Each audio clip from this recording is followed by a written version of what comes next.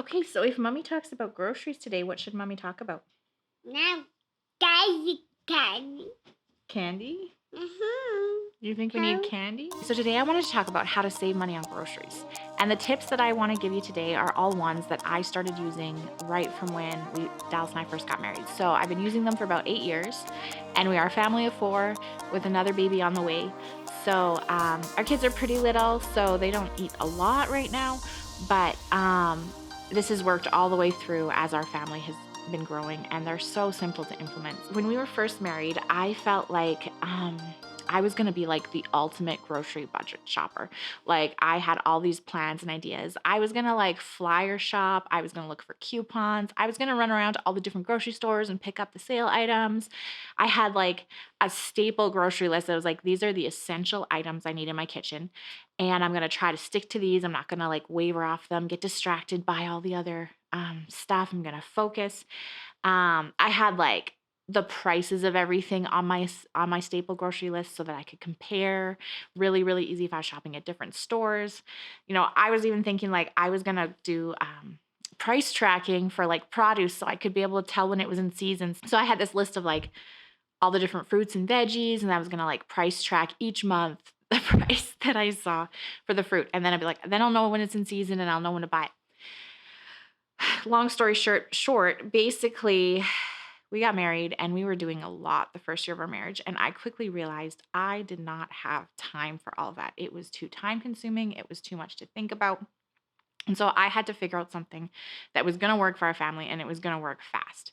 And so these are all things that I've implemented that I feel like they are so easy, so simple, and they can really save you a lot. I was so focused on like trying to track individual items, and that was too much to keep on top of, too much work. But I started to realize that I could do categories.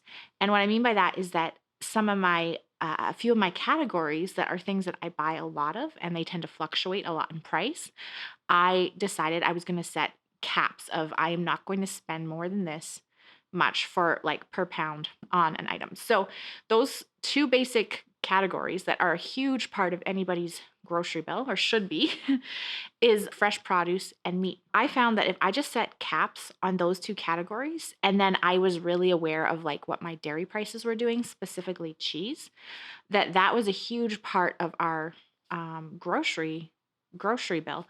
And then I could buy stuff when it was at a really good price. So what that looked like is like for fruit, basically I decided I was going to try to stick to kind of between $1 to $2 a pound for fruit. Now, that's going to look different depending on where you live and what your budget looks like. So again, decide for yourself what that should be. But for us, we live in Canada, and $1 to $2 a pound felt like it could get most of the fruit at certain points in the year. The flip side of this that I found out actually was really cool is that I ended up really easily finding the fruits and the veggies and the produce that were on in season. And so when it would go in season, it would be under my grocery cap, whereas when it wasn't in season, it wouldn't be. And so this automatically was like a super easy way to know when things were in season and out of season without having to track everything. And it also like made me feel like I was getting way more variety because it meant I was only buying the things that were on sale. And so the variety changed out all the time rather than just thinking like, oh, apples are cheap, bananas are cheap, we'll just buy that all the time. It actually gave us so much variety. And so we knew like in late winter, early spring, we get asparagus and strawberries, right? And like late summer, early fall, we get peaches and we get cherries. And so it actually created a lot of variety in our house. And I felt like I was able to get most things at some point in the year. Some things I just had to be a little bit careful as far as like, um, I would know that it doesn't come under my cap. There's certain things that are expensive, like cherries are rare, like they'll go down for a little bit. And so you start to know, okay, some things you might have to just spend a little bit over that cap to get, or sometimes you might just choose to get it just because it's a celebration and you're wanting to do something go, but then okay, it's a little bit of a splurge. The goal of having that cap isn't so that it never gets broken. It's so that when you break it, you know why you're breaking it, and it gives you a boundary so that you can try to stay within it, and that will save you a lot of money. For my meat in general, I would try to stay under $4 a pound. for my meat. And again, I feel like prices have gone up a bit since we've been married. And this is going to vary a lot depending on where you live. So for us, $4 a pound, that's a pretty low mark for us as far as getting stuff. Most meat, it's hard to get underneath that. You have to watch for sales. There's certain things you can always get underneath that, and then other things you watch for sales. But again, I felt like this gave me so much variety because we were constantly switching out just depending on what was on sale, and that's what I would pick up. And then I just really try to know as far as my dairy, what my dairy's doing. I know kind of about what I'm looking for my cheese. That's a more expensive item that we use a lot. And just that simple grocery cap on those items, it's huge. That can save you a lot of money. And then you're not always just buying and going, oh, hamburger's the cheapest, so I'm just going to always buy hamburger. Sometimes hamburger is more expensive than like a lot of other meats, you know. So you can actually buy what is the cheapest meat at the time, and not just feel like you're settling for one kind because you feel like in general it's the cheapest. And I feel like in the long run you actually save more money. So I found in using this method that actually everything often ended up tasting better too, because not only you're getting a better price, you're actually getting it when it's on season. And sometimes when if you buy something when it's more expensive, it's not actually in season right then. And so it doesn't taste near as good as the time when it's actually in season. So I found we were getting better tasting stuff for cheaper. And so what this grocery cap did, just in those, just choosing for those categories, was it basically made it so that I just was like, I'm going to shop at one store. I'm not going to shop coupons. I mean, if I happen to find a coupon that fits with something I'm already buying and it's come across it, I'll use it. But like for the most part, I'm not seeking it out. I'm not spending time looking. I'm not flyer shopping during the week. I'm just like, I have my store that I know is a very budget store, grocery store that I shop at. I just go there. I pick up all my stuff. Don't worry about coupons. And then if I do find something that is on sale for a really good price, I will generally stock up on it at that point just to help. Okay, so that just if you do not like implement any other tips I say today, like implement that one and see what a difference it makes in your budget and grocery shopping because it is so easy. There's really no reason why you can't try it out and just see if you save money with it. Okay, so the second thing that goes really closely with the grocery caps is shopping the outside edge of your grocery store.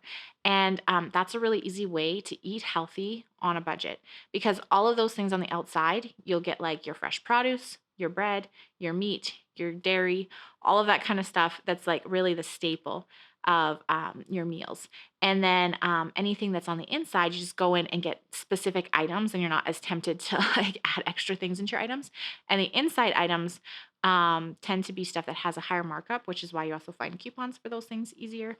But they also tend to be full of a lot more just processed foods and have extra junk added to them. Whereas the outside edge is a little bit more just the basic, apples, meat. It doesn't have as much added things and ingredients into it. So you'll just find that you'll be able to save on your grocery bill, mainly shopping there, and also just be finding that you're eating a lot healthier if you're not going into the center aisles and getting all the snack food. Third thing that I mentioned earlier was having a staple grocery list. And this is just a list of that's like all of your essential items for what you cook with. And I found this super helpful when we were first married is I just went through and I thought of all of my essential items that I would need to be able to make pretty much anything. So that was like, going through my baking drawer and making sure I had all the core baking ingredients, all the core dairy things I want, making sure as far as like what are some of the core fruits that I want, core veggies that I want. So I just kind of made a list of everything there. There's some stuff in there as far as just like a few canned items I wanted, and like then some of my basic like pasta, rice, potatoes, those kind of things. And I knew that if I had all those things on hand, I could make pretty much anything. And then again, I was very focused and defined on what were actually my essentials. So I wasn't tempted to go off and buy some of the stuff that just, some of the more flashy, catch your eye things, and I could stay to my list. Now, this again really helps as far as saving your budget because you're not as tempted to go off list and get something that you really don't need and get distracted in your grocery shopping. It also helped me just like really minimize the amount of food that I was shopping for because I wasn't like trying to get all these other um, fancy ingredients or whatever. It was just like, nope, this is what I need, and we'll be good. So the fourth thing is, when you find something on sale, stock up on it. Now this can be hard if you're trying to like have a certain budget every week or a certain budget in the month, and so it can make your months or your weeks fluctuate a little bit more. But in the long run, it's going to save you more money. And so when I go grocery shopping, I don't necessarily buy like only the items I need for that week. I'll stock up on things that are on sale. And so then it kind of is like sometimes I don't need to buy much meat because I have a bunch of meat I bought on sale, a couple weeks ago. But then I'll stock up and I'll get a good bag of potatoes or whatever, right? Like, and so my week to week is always fluctuating a lot, but overall, in the end, you will save money if you stock up when it's on sale. So that being said, if you do not have a deep freezer, I would highly recommend investing in one. I think it will pay for itself very quickly. And just being able to stock up on some of those frozen items when they're on sale can be huge, especially meats. That can save you a lot if you can stock up on meats when they're on sale. Okay, the fifth thing is only grocery shopping once a week. Now, this can be a huge budget saver and a huge time saver.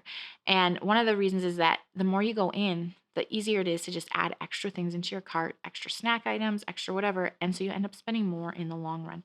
But it also takes a huge amount of time. Like I find when I go into the grocery store, it almost doesn't matter what I'm getting. It almost takes me like an hour just going in, finding the thing, going through the checkout by the time you get out, and so it saves a ton of time if you only go once a week. And then you can shop all the flyer items because the flyers only come once a week anyways, right? So trying to just really cut that back, I think you'll find you'll save a lot of money and you'll save time as well. The other thing that I started doing once I had kids was I started doing more online grocery shopping and doing the click and collect service where you can just order online and then come in, call, and they'll fill up your cart with your groceries. And like this over time has been really good because I can really compare really, really fast. Like online, it will show you what it is per 100 grams and you can compare. So, it's so much faster than trying to go and look at the labels at the store. And so it's really easy to know that you're buying the best deal. But then you also are able to track as you're adding stuff into your cart. You know what your price is to be able to stay on budget. And so then it's easier sometimes when you do add some of those extra things in that you end up going, okay, I got to take these out because I'm over budget, right? And so it's easier to stick to your budget. It's easier to see what you're going to be paying for your groceries and just to be more focused on the items that you actually need. So those are my 6 simple tips. I said most of them are so easy to implement. And so yeah, go ahead, give them a try and see what you think. I hope that it really helps you in terms of just feeling like you can bring that budget down a little bit more. Can you find your elbows? Can you find your knees? Right there. Can you find your chin? Hit the like button, subscribe below. Oh, oh.